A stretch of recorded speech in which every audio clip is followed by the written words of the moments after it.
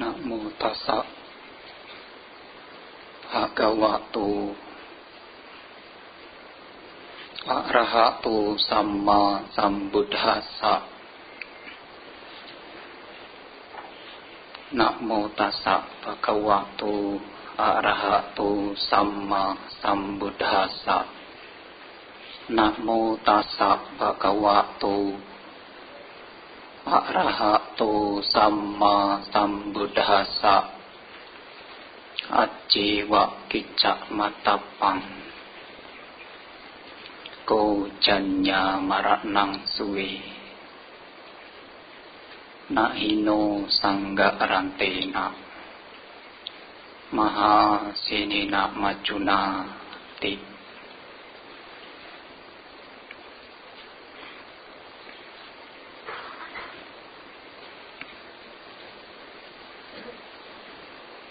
Pemimpin Puja Bakti yang saya hormati,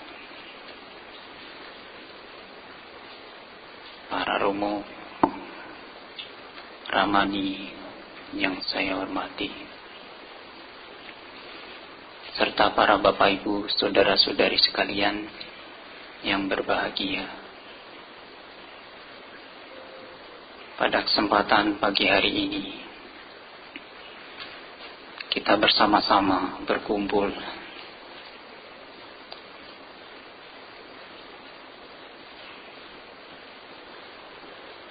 di Wihara Jakarta Dhamma Cakra Jaya untuk melakukan kegiatan rutin setiap hari Minggu pagi, yaitu melakukan puja bakti, melakukan penghormatan kepada Tiratana secara bersama-sama.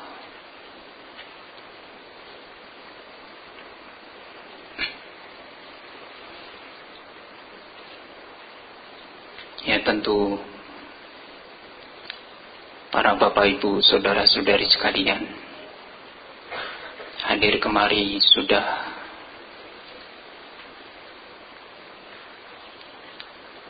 mempersiapkan diri, sudah juga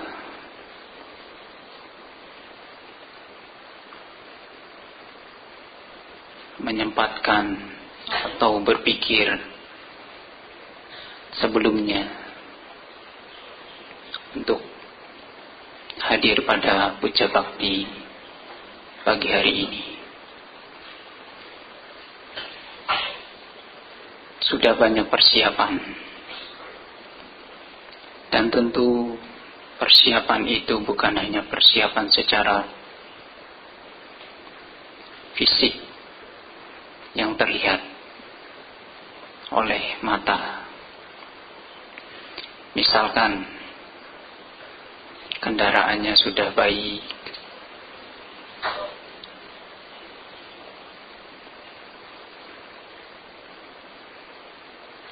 prediksi jalannya juga sudah baik, di mana tidak macet,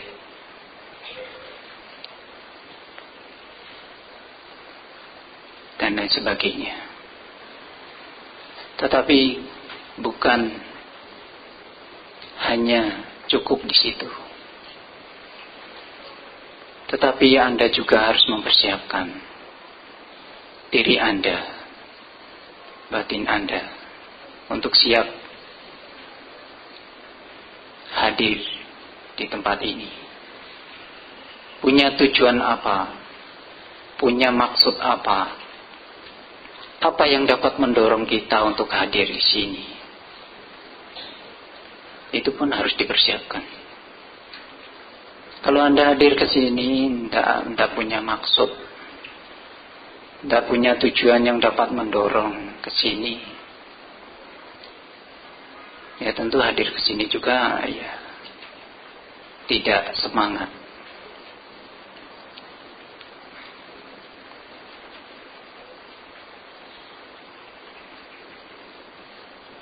Meskipun fisiknya sehat, fisiknya baik, tetapi kesiapan untuk kesini tidak didorong oleh apa yang ada di dalam batin kita, tentu juga tidak maksimal. Apa yang saya maksudkan?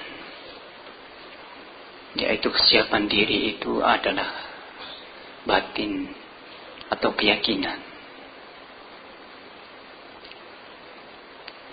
Anda kesini harus didorong dengan keyakinan. Yakin akan apa? Yakin akan memperoleh pengetahuan Dhamma apa? Atau yakin hanya ingin menghormat saja kah? Dan lain sebagainya. Beda orang yakin dengan percaya. Kalau percaya saja, ya begitu-begitu saja. Percaya saya dengan Sang Buddha. Sang Buddha itu dikatakan orang, dikatakan oleh umat Buddha, dikatakan oleh para Bante, mencapai pencerahan sempurna. Oh ya, percaya saya. Ya begitu saja. Tidak ada keinginan untuk mencoba benar atau tidaknya. Itu percaya. Tapi kalau yakin, ya saya yakin Sang Buddha mencapai pencerahan sempurna. Dan ini jalan yang beliau tunjukkan benar. Jalan yang beliau tunjukkan itu membawa pencerahan seperti yang beliau alami juga. Tentu dia akan termotivasi. Ada dorongan untuk mencoba membuktikan benar tidak. Karena dorongan yakinnya itu. Tapi kalau hanya percaya ya, oh iya saya percaya. Ya begitu saja. Tidak ada keinginan untuk membuktikan. Orang sudah percaya kok. Mau dibuktikan apa? Tapi kalau yakin apa yang ditunjukkan Sang Buddha, yang dialami Sang Buddha, kita juga bisa mencapainya. Maka kita akan mencoba untuk membuktikan. Oh,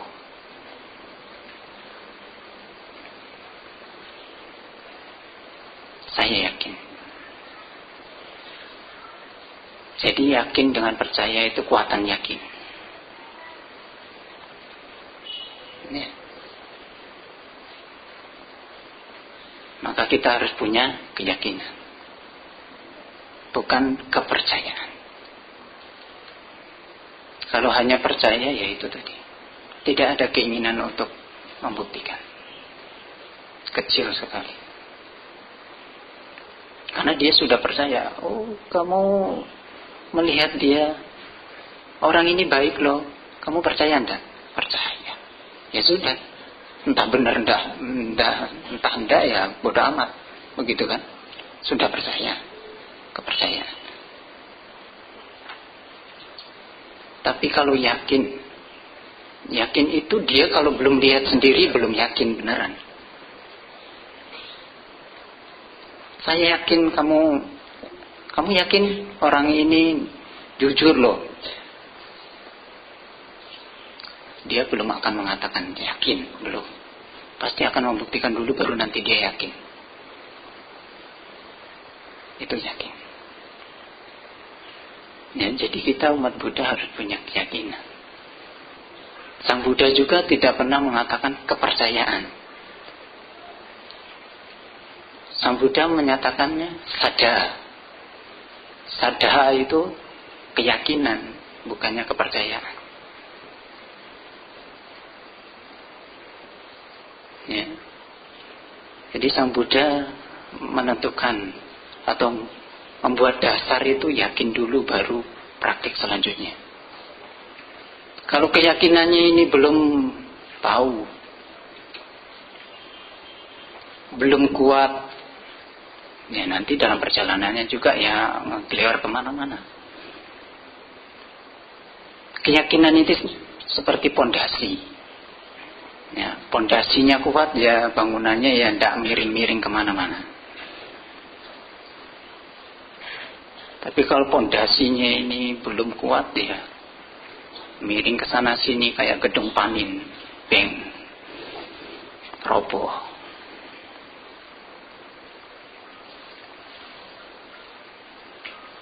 Kropos. Jadi harus kuatkan keyakinannya dulu.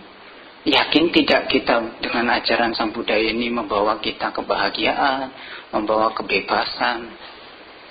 Kalau kita yakin kan kita pasti menjalaninya juga dengan mantap begitu loh. Orang jalan itu juga mantap. Saya yakin jalan ini tidak tersesat. Jalan ini pasti membawa ke arah sukses misalnya. Dia jalan juga mantap. Tapi kalau belum yakin, ya masih ragu-ragu, ya dia jalan juga ngangkat kaki aja ndak kuat. Wah, jangan-jangan ini salah jalannya. Kan begitu. Jadi keyakinan ini penting loh. Jangan hanya percaya saja sih. Ya percaya Sang Buddha mencapai pencerahan sempurna. Apakah Sang Buddha menganggap beliau harus dipercaya saja? Tidak toh. Sang Buddha tidak juga memberikan saran, percayalah pada saya.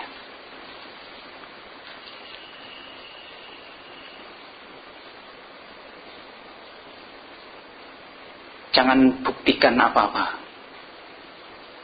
Sang Buddha tidak. Justru di dalam ya Kalama Sutta salah satunya kan juga memberikan kebebasan. Jangan percaya terlebih dahulu sebelum kita menyelidiki dan lain sebagainya. Kalau hanya percaya saja ya itu, wah saya percaya guru saya ini luar biasa. Guru saya ini wah yang terunggul di dunia. Ya hanya di pandangan, tetapi tidak kita sendiri merasakan manfaat dari apa yang diajarkan. Karena orang percaya ya begitu saja, hanya di pikiran. Oh, Sang Buddha luar biasa. Oh, guru-guru terkenal ini luar biasa, arahat dan lain sebagainya. Apakah kita hanya percaya bahwa ada arahat saja, tidak kita mencoba untuk menelusuri, menyelidiki apakah kita juga mampu menjadi arahat.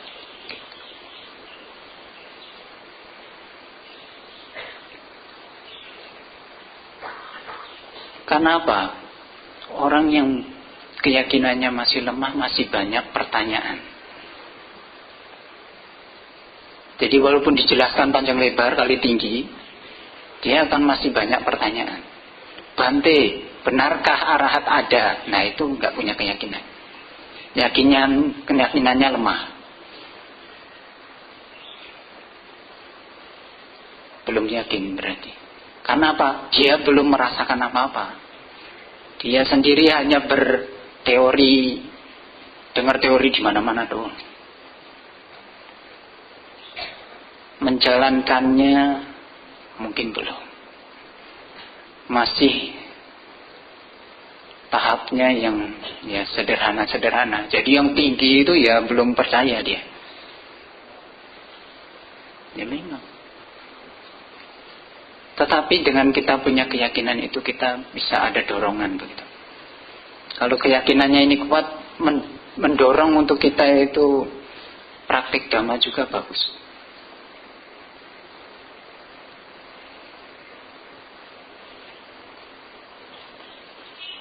Ya para bapak ibu, saudara-saudari sekalian. Ya pada umumnya memang berharap ya bahwa hidupnya itu inginnya bahagia, sukses, kaya, tercapai semua yang diinginkan.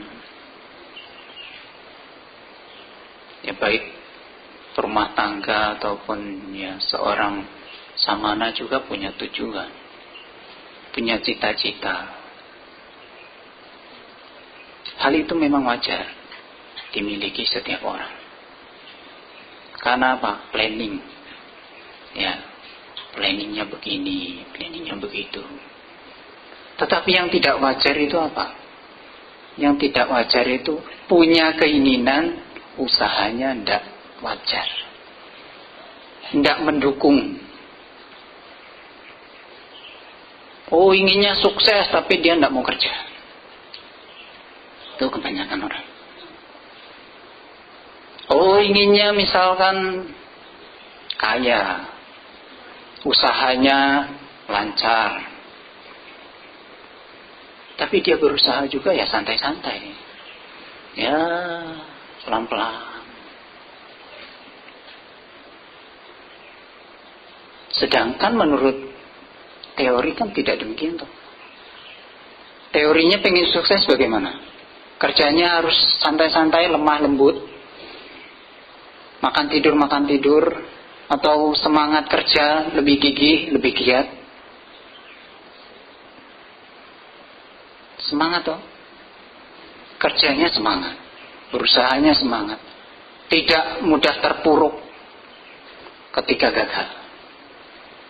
Itu orang ingin sukses, ingin kaya misalkan.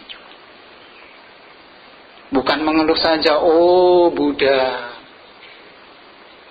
kenapa kamu tidak melimpahkan berkatmu? Berkatnya nanti dilempar isinya ayam, ya, bungkusan. Oh Sang Buddha, mengapa saya bolak-balik menghormatmu? Tidak kamu beri-beri juga koin emas. Nah, kalau Sang Buddha ini rupanya ngelempar koin emas paling pada lari. Dipikir ada setannya.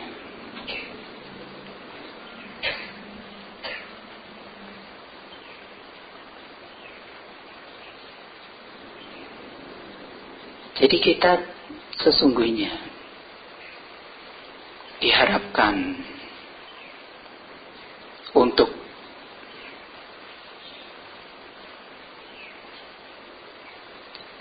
berbuat sesuatu melalui diri kita sendiri.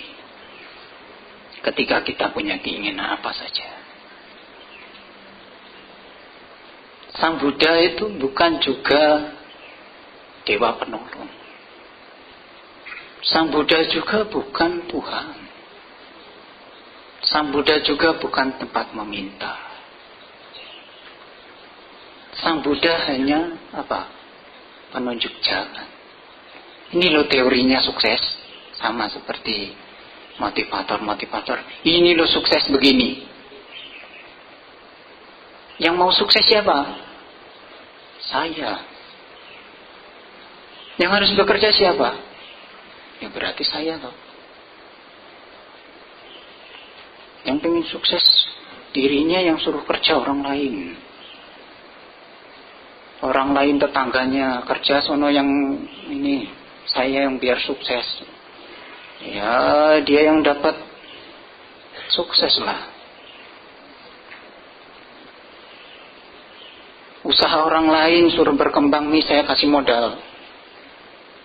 Biar kamu itu bantu saya sukses. Secara nyata pun, secara terlihat oleh mata saja, yang dikasih dana itulah yang nanti sukses.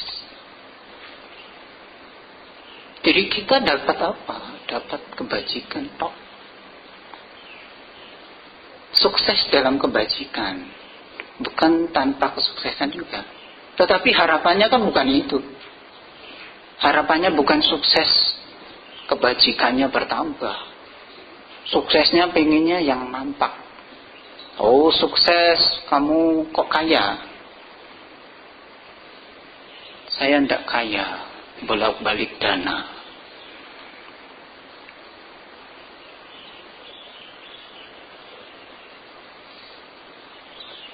Ya karena diri sendiri ya mungkin saja usahanya kurang semangat. Ya kemudian faktor-faktor yang lainnya juga belum terpenuhi. Sebenarnya setiap orang punya potensi untuk sukses. Orang lain bisa kaya, diri kita apa nggak punya potensi untuk kaya? Bisa.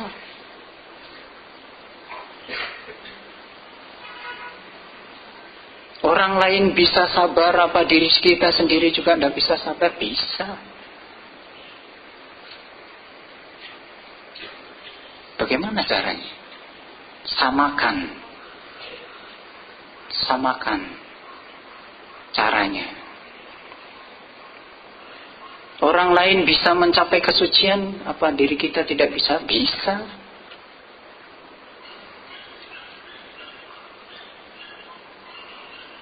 Samakan caranya. Pasti sukses.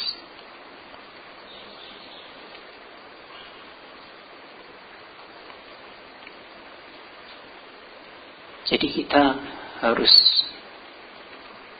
membuat sebabnya sama.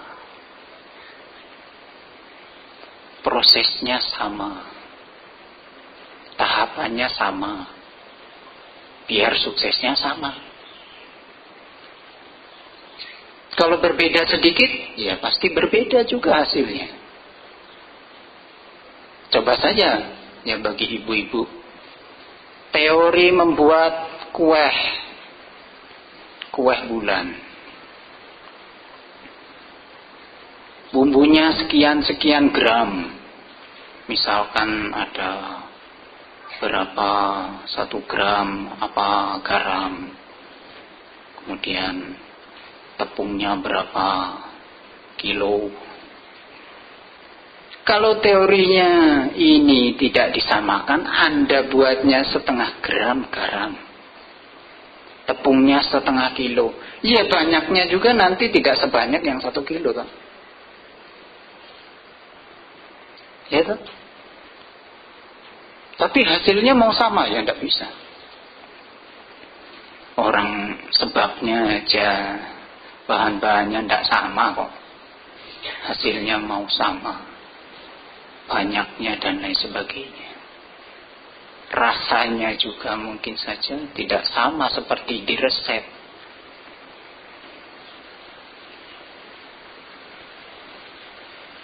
Atau Anda tambahi, oh di sini 1 kilo, saya 2 kilo, tapi garamnya tetap 1 gram. Ya nanti tidak ada rasanya. Hasilnya tidak sama dengan yang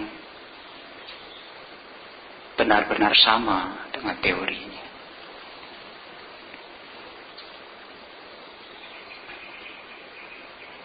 Kadang itu yang tidak disadari. Inginnya sih ya tinggi, inginnya luar biasa menggebu-gebu, tapi hanya di keinginan. Usahanya nol, usahanya tidak sesuai, ya jauh. Mau diinginkan bagaimanapun ya tidak akan muncul.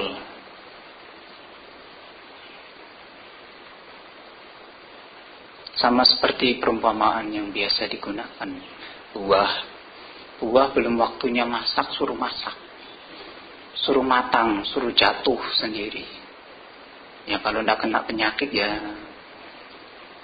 tidak jatuh ketika muda. Tapi kalau penyakit ya jatuh. Matang, baru dia jatuh.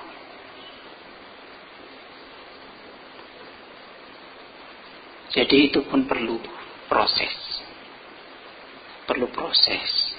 Tidak serta-merta. Semuanya butuh proses. Pengen sabar juga butuh proses. Tidak serta-merta, oh bantinya sabar sekali. Oh ibu saya kok sabar sekali ya. Oh itu juga perlu proses. Mungkin ada yang dongkol juga. Dongkolnya di dalam, kelihatannya sih sabar. Sabar sekali. Kelihatannya. Tapi yang dongkolnya di dalam masih ada. Ada juga yang memang benar-benar tidak ada dongkol lagi.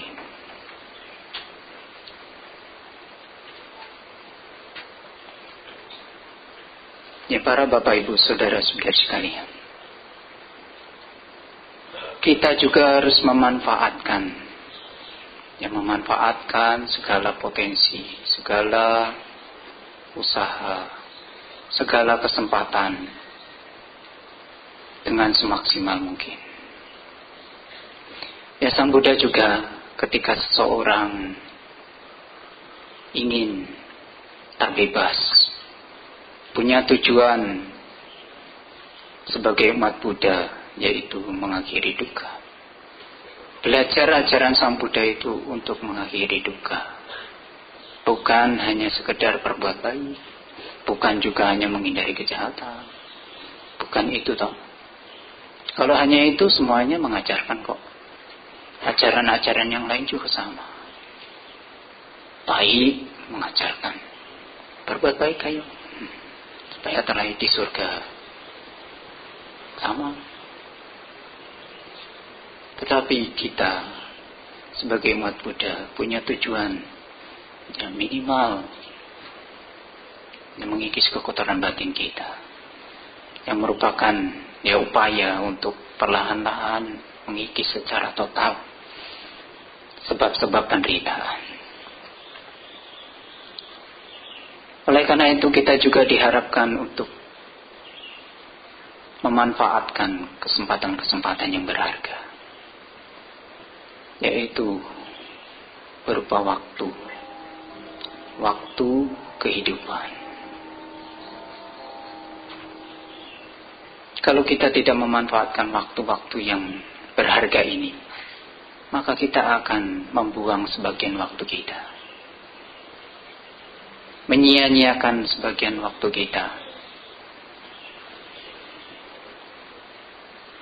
yang sebenarnya mungkin saja punya potensi untuk meningkatkan batinnya, apakah mencapai konsentrasi, kesucian,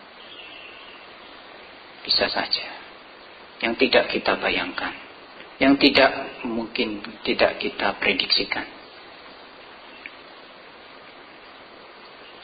Kesempatan-kesempatan itu harus digunakan oleh seseorang yang baru ingin berusaha mengikis kekotoran batin.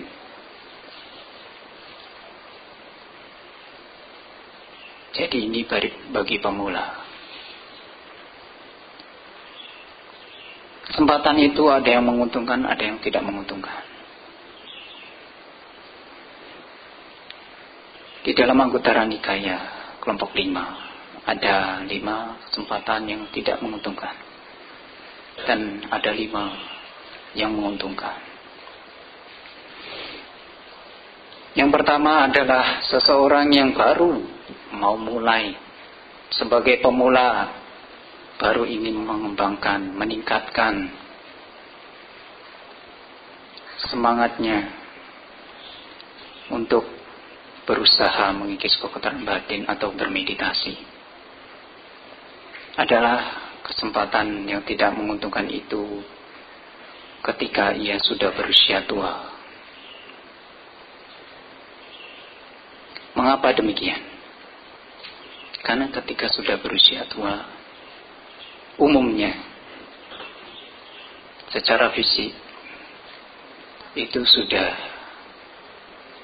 kurang layak, sakit di sana sini, nyeri di sana sini, duduk lama tidak bisa, berdiri lama juga tidak bisa, jalan lama juga kesusahan, berbaring juga susah juga.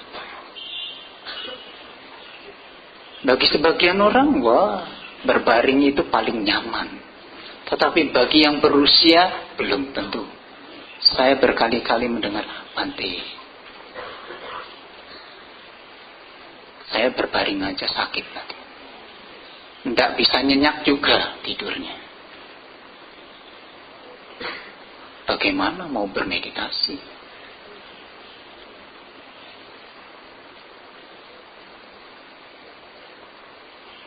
Memang keuntungannya kurang menguntungkan toh. Karena dari fisik begitu. Tetapi bukan berarti tua itu hanya fisik. Secara dhamma bukan. Tua benar-benar tua ya. Tua yang benar-benar tua, fisik boleh tua, tetapi semangat untuk berusaha jangan boleh tua. Apa artinya? Malas. Malasnya jangan ikut berkembang. Ya, kalau sudah tua, malas, nah itu benar-benar tua beneran. Ya, tuanya benar-benar tua. Ya, tinggal menikmati usia tua. Tetapi kalau semangatnya masih ada, dia belum tua secara dhamma. Berarti dia masih muda. Muda dibanding yang benar-benar muda mungkin. Ya. Jadi bukan berarti ya sudah tua terus berpikiran, oh saya sudah tidak layak, saya sudah tidak menguntungkan lagi untuk berusaha. Oke lah, saya tak tidur saja. Tidak juga.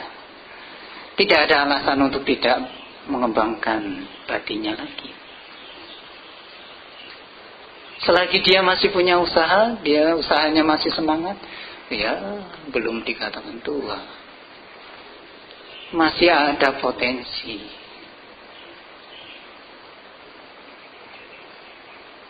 Ya, jadi tua secara fisik ya jangan dianggap wah sudah tua nih, sudah tidak bisa apa-apa. Jangan begitu. Praktik dhamma juga jangan yang tinggi-tinggi. Berbuat baik saja untuk bekal meninggal. Oh, ya bukan begitu juga. Kembangkan batinnya. Karena meninggal juga butuh apa? Cetana atau apa? Cuti cita. Nah, kalau batinnya stres, mana mungkin cita-cita itu bisa tenang. Batinnya gelisah, ya, cuti citanya menderita, alam menderita. Cuti citanya pikirannya tenang, damai, bahagia, ya dia bisa alam bahagia. Jadi walaupun sudah tua ya tetap harus mengembangkan, tetap berusaha. Ya. Jangan beranggapan, oh saya sudah tua, sudahlah, mungkin saya tinggal berbuat baik saja, dana saja. Ya, jangan begitu juga. Ya, itu yang pertama. Saat dia berusia tua. Kemudian yang kedua adalah saat ia menderita sakit.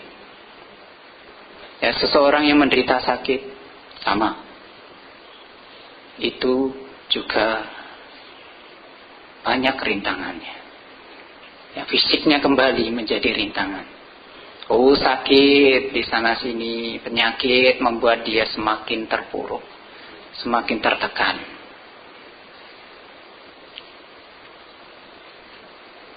Memang itu kesempatan yang kurang menguntungkan bagi mereka yang baru mau mulai. Baru mau mulai itu sulit. Tapi kalau yang sudah biasa ya tidak sulit. Ini yang baru mau mulai, pemula. Jadi kalau penyakit muncul, jangankan penyakit yang benar-benar penyakit. Penyakit yang dari fisik karena duduk lama aja tidak kuat kok. Ya toh? Sebagian orang tidak kuat toh. Suruh duduk lama aja gesernya 10 kali. Duduk 30 menit. Apalagi penyakit. Ya kan? Penyakit itu secara alamiah. Kalau itu tidak alamiah. Kalau itu kan dibuat karena tubuh ini merespon.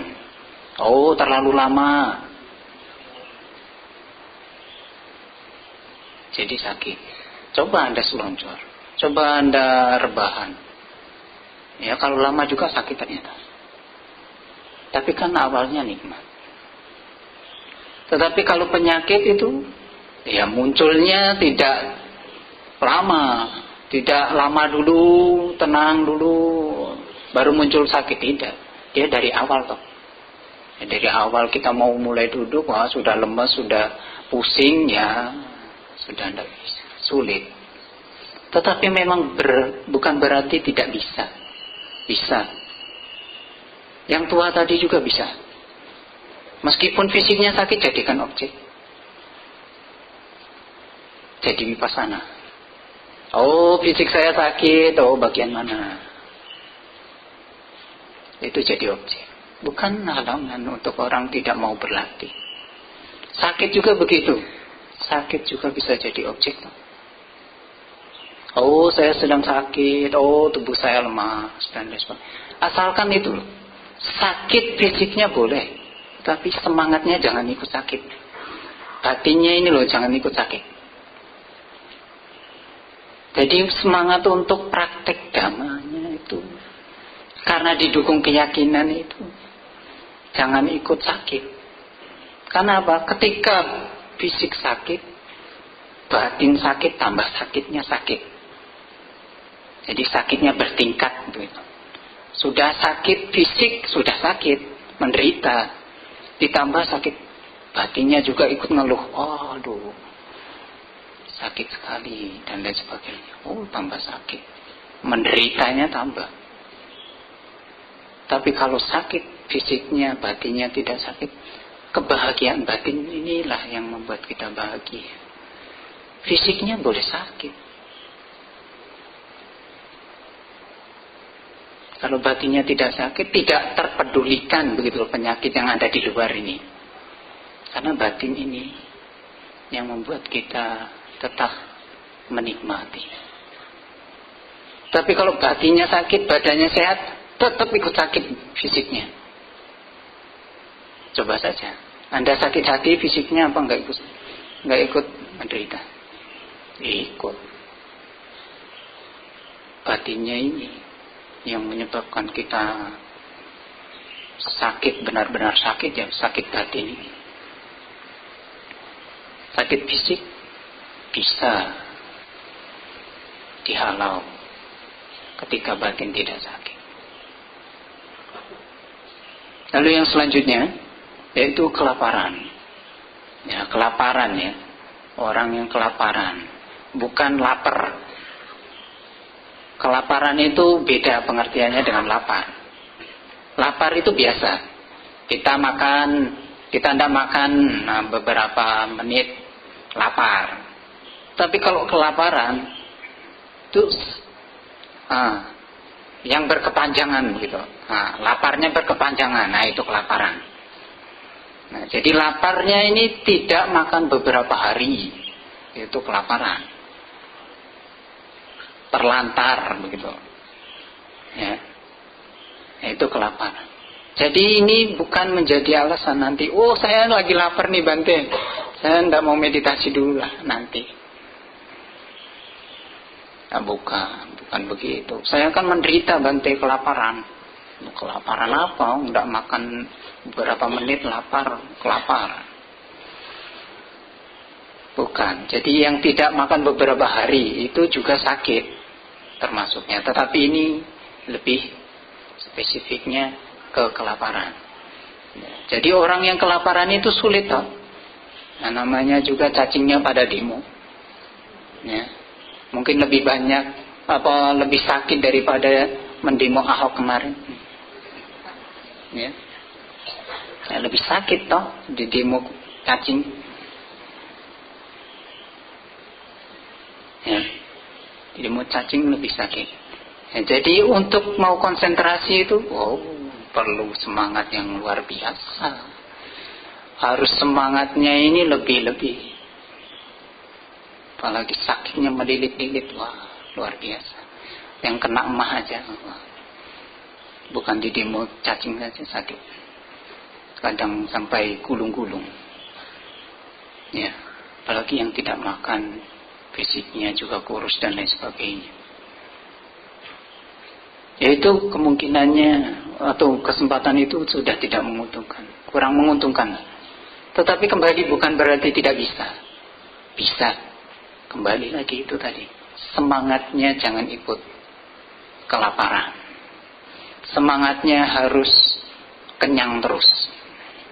Ya, semangatnya ini harus maksimal, selalu kenyang. Energi. Kalau semangatnya masih ada, dia pasti akan mengarahkan perhatiannya pada rasa sakit. Mengapa?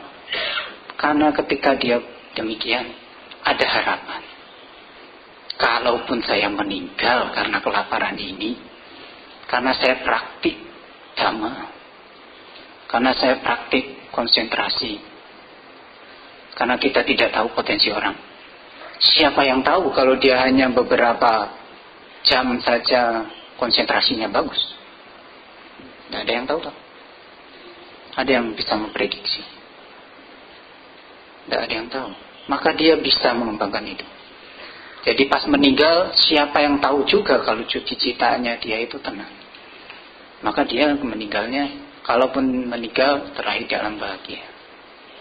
Tetapi kalau sudah sakit, ditambah semangatnya juga ikut sakit, nggak ada semangat lagi untuk belajar, berlatih dan lain sebagainya.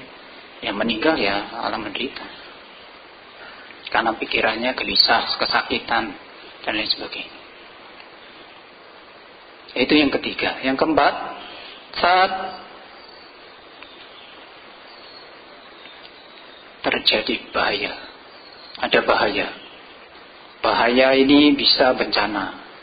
Ya, gempa bumi, ada kebakaran, ada gunung meletus, ada longsor dan lain sebagainya. Ya, jadi ini kesempatan yang tidak memungkinkan. Jadi jangan pernah berpikiran bisa mengkonsentrasikan pikiran mendadak. Jadi nanti pas ada gempa kita baru ingat, oh iya kata Bante, pikiran harus tenang supaya terlahir di alam bahagia. Karena memprediksikan, oh kalau saya lari nanti kejatuhan atau ketimpa bangunannya, pikiran saya pasti kesakitan, menderita dong saya. Mendingan saya meditasi. Itu orang bodoh. Ya. Bukan begitu. Jadi konsentrasi itu tidak bisa muncul serta-merta. Jadi mana mungkin juga kalau orang yang baru berlatih, pikiran itu akan sanggup mengingat, oh saya harus berlatih meditasi. Orang lagi gempa mana ada. Orang yang duduk diam. Orang baru bergetar saja, belum getarnya kencang saja sudah keluar rumah. Lari. Apalagi itu dalam terguncang begitu, mau duduk santai. Oh, pikirannya bisa langsung terarah. Wah, luar biasa.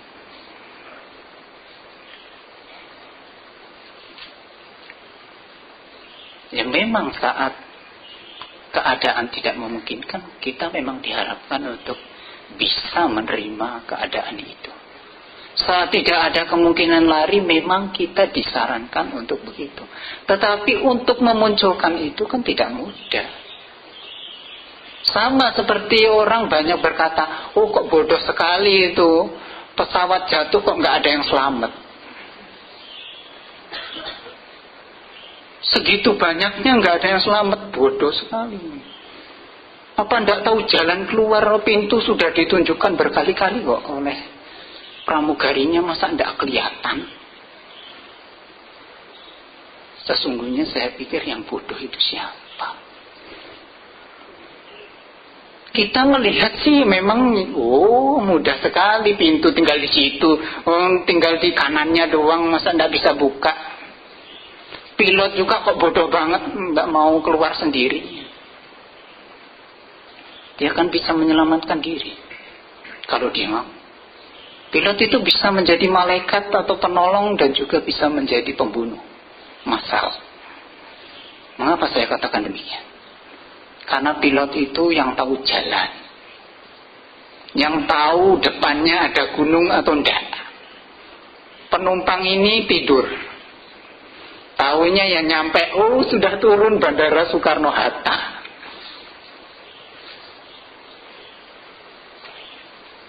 Tapi siapa yang tahu di tengah jalan ada gunung di depan, ada awan, apa itu, cumulonimbus, apa itu, ya, itu yang membahayakan. Siapa yang tahu? Pilot dengan kopilot saja. Kalau dia mementingkan diri sendiri, pilot itu bisa melontarkan diri, menyelamatkan dirinya sendiri, karena dia ada alat itu. Melontarkan diri, menyelamatkan sendiri, tanpa bantuan orang lain. Selamat dia. Tetapi, apakah kita tidak pernah berpikir betapa mulianya dia? Dia rela meninggalkan keluarganya demi menyelamatkan orang yang bukan keluarganya. Penumpang itu apa keluarganya? Bukan. Keluarganya sendiri mampu ditinggalkan demi orang yang bukan sanak keluarga. Tanggung jawabnya itu mulia sekali. Jadi jangan pernah kita memandang, oh bodoh sekali itu, nggak ada yang selamat. Coba saja kalau kita sebagai subjeknya, kita kan memandangnya sebagai objek toh. Oh kapal itu penumpangnya begitu. Coba kalau kita sebagai subjeknya, apakah bisa berkata begitu? Oh bodoh sekali saya, tidak bisa keluar, pintunya di sini. Tidak ada yang pernah mengatakan begitu. Pasti juga bersikap sama seperti mereka. Meskipun orang itu sudah ditunjukkan sedetail mungkin pintu ini di sini, yang mempengaruhi dia selamat tidak selamat itu bukan tahu atau tidaknya, tetapi ketenangan atau tidaknya dia.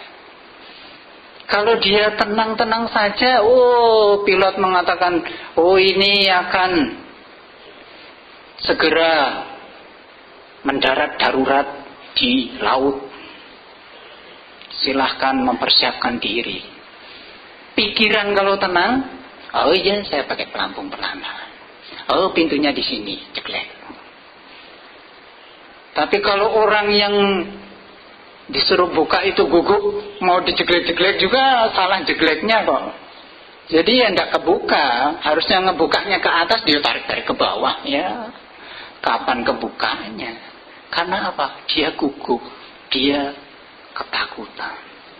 Jadi yang menyelamatkan dia itu bukan karena dia tahu atau tidaknya pintu itu, tapi tenang atau tidaknya dia menghadapi keadaan itu.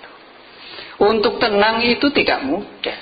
Makanya sebelum itu terjadi atau kemungkinan itu mungkin saja terjadi, kita mempersiapkan diri, menenangkan batin kita.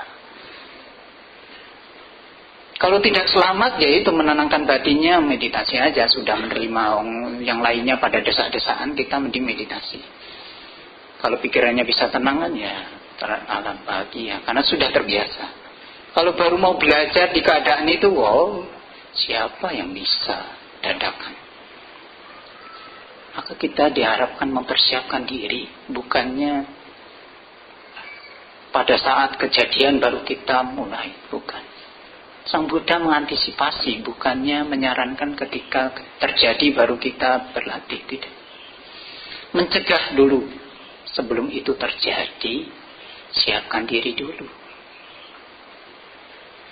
Karena tidak ada yang tahu toh, apakah kita menerima, menderita itu tidak, ada gempa, kapan terjadi, meskipun BMKG memprediksikan sekian, kadang juga meleset, ada gunung yang meletus tiba-tiba kok.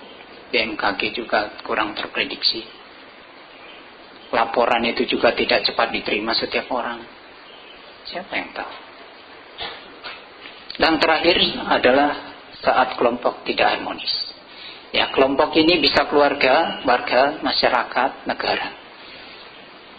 Ya, kalau ada sekitar kita ini keadaannya tidak kondusif, ya untuk latihan baru mulai itu, ada demo kita baru duduk di situ, ya keberisikan. Siapa yang bisa mengonsentrasikan pikirannya tiba-tiba misalkan pakai objeknya selain dari suara dan lain sebagainya, akan dapat mengkonsentrasikan pikiran? Tidak mudah. Jadi berusaha untuk memanfaatkan kesempatan. Itu yang tidak menguntungkan. Yang menguntungkan adalah apa? Sebaliknya. Saat masih muda, ya, yang muda-muda ini, ada yang muda-muda. Ya, yang muda-muda ini harus lebih semangat. Jangan fisiknya muda, tetapi dia dikatakan bisa saja tua. Kenapa? Semangatnya loyo. Ya, semangatnya ini lebih malas dibanding yang benar-benar tua. Nah, itu dia benar-benar tua meskipun fisiknya muda. Ya. Jadi yang muda harus apa? Semangat muda toh. Darah muda. Ya, darah muda kok. Ya, katanya darah muda, darahnya para remaja yang semangat menggebu-gebu. Oh, giliran suruh demo oke. Giliran suruh berlatih tidak mau. Giliran suruh piknik oke. Giliran suruh berlatih dhamma sulit. Yang muda ini harus lebih semangat. Karena setiap orang tidak tahu potensi seseorang. Tidak tahu berapa juga lamanya orang itu akan menikmati kehidupan ini. Yang sebaliknya juga saat sehat, saat tidak kelaparan, makan cukup 5 kali. Ada yang 3 kali, ada yang 5 kali mungkin. Ya, makannya banyak. Ya kan cukup toh, tidak kekurangan. Ya harus digunakan untuk berlatih sebagian waktunya. Kemudian tidak ada bahaya saat ini, tidak ada gempa, banjir juga kebetulan di sini tidak kebagian atau belum kebagian, tidak tahu. Ya, gunakan kesempatan itu untuk berlatih. Saat keluarga harmonis, tidak ada pertengkaran, warga, negara juga tidak ada perang. Kita gunakan kesempatan itu untuk segera memanfaatkannya. Karena belum tentu saat ini damai, saat ini sehat, besok sakit siapa yang tahu. Saat ini aman, besok ada teroris ngebom, siapa yang tahu. Saat ini masih hidup, besok meninggal siapa yang tahu. Sudah ada yang daftar dengan jam loong. Ada yang sudah teken kontrak. Yang muda aja belum mau kok. Yang tua juga belum mau kok. Saya pernah tanya. Oh, yang tua saja belum pada mau duluan. Apalagi yang muda. Ya. Jadi karena tidak pernah teken kontrak, jam loong bisa jemput kapan saja. Ya toh? Jam loong tidak akan juga ngabari via elektronik. Nah, mau email, WhatsAppan dulu, BBM-an dulu. Jangankan lewat telekomunikasi itu. Bangunkan orang yang lagi tidur saja, waktunya meninggal juga tidak dibangunkan kok. Bangun-bangun, saya mau jemput. Tidak ada. Mau izin ketemu keluarga, tunggu dulu jam loong. Saya mau pamitan sama keluarga ini loh, nanti kaget padahal. Tidak bisa, waktumu habis. Mana diberi kesempatan. Karena mengerti, karena memahami itu, kapan saja kita bisa mengalami kematian. Manfaatkanlah waktu selagi kita masih dapat menikmati kehidupan ini dengan sebaik-baiknya. Ya, manfaatkan dengan sebaik-baiknya. Salah satunya dengan mengembangkan batin. Dan juga ya, hari ini adalah hari yang membahagiakan bagi para biku dan umat Buddha.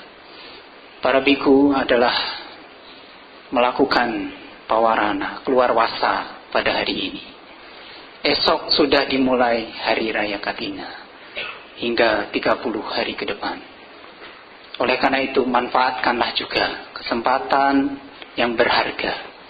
Kesempatan yang berharga dengan berdana, melatih sila, dan juga meditasi. Dengan sebaik-baiknya selagi kita punya kesempatan.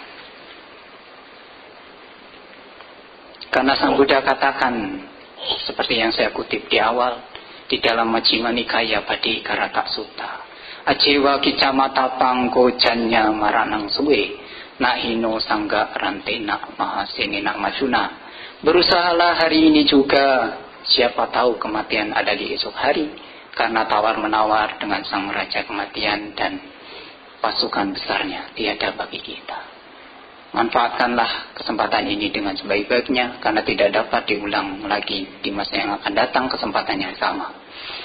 Semoga apa yang saya sampaikan memberikan manfaat, memberikan wawasan, memberikan pengetahuan bagi umat Buddha, dan juga saya berharap semoga dapat dipraktikkan, bukan hanya mengetahui teori, tetapi harus praktik. Karena dari praktik itulah kita akan mendapat hasil. Oleh karena itu, 3 tahapan itu harus seimbang. Belajar teori boleh, tetapi harus juga diimbangi dengan praktik. Karena dari praktik itulah kita akan dapat manfaat dari praktik Dhamma ini dengan sebaik-baiknya. Semoga sanak keluarga leluhur yang telah meninggal turut berbahagia atas kebajikan yang dilakukan. Semoga mereka turut berbahagia. Semoga semua makhluk yang tinggal di wihara dimanapun mereka berada juga turut berbahagia atas kebajikan yang telah kita lakukan pada hari ini dan waktu-waktu yang lampau. Semoga semua makhluk hidup berbahagia. Sekian, terima kasih. Sadu, sadu, sadu.